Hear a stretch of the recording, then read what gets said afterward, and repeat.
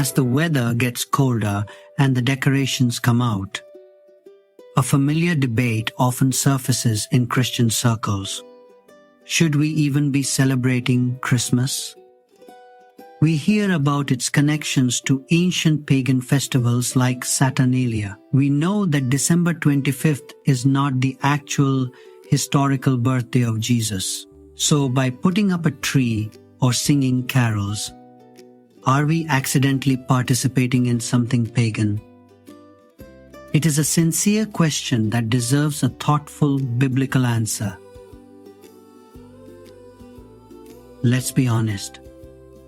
The concerns are valid. It is true that the date of December 25th was likely chosen by the early church to coincide with and provide an alternative to existing Roman winter solstice festivals. It is also true that some traditions, like Christmas trees, have roots that are not explicitly Christian.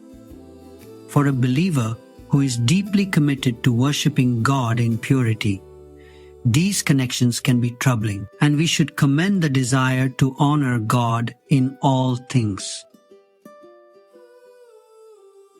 However, this brings us to a much more powerful and more central biblical idea: redemption.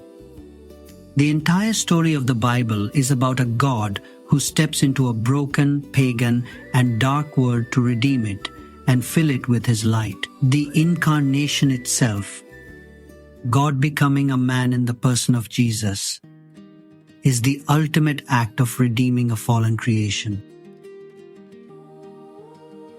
The early church understood this. They did not run from the culture. They redeemed it. When they placed the celebration of the Son's birth on the darkest day of the year, they were making a powerful, defiant declaration. They were saying, "You celebrate the return of the Son, but we celebrate the arrival of the Son, the true light of the world." They did not adopt the pagan meaning. They overpowered it with a greater, truer story. This is the key for us. The date on the calendar is not what is sacred. The tree in your living room is not what is sacred. What is sacred is the event we are celebrating, that the Word became flesh and made His dwelling among us. To refuse to celebrate this stunning event simply because pagans once celebrated something else on that date is to give the darkness far too much credit. Think about the cross itself.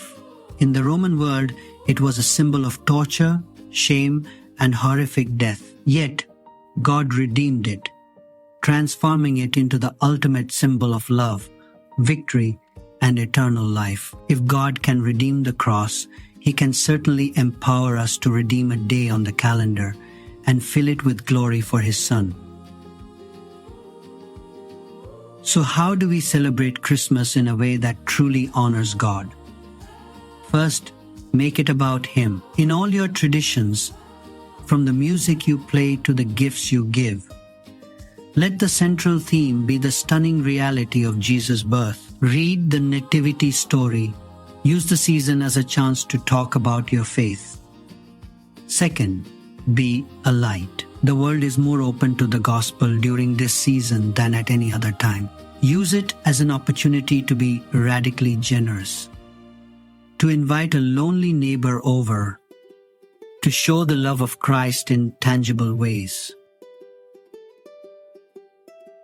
Let's not abandon the most evangelistic season of the year out of fear of its shadows. Instead, let's follow the example of our God. Let's step into the darkness and overwhelm it with a brilliant, joyful, and contagious light. May you have a truly Christ-centered and worshipful Christmas season.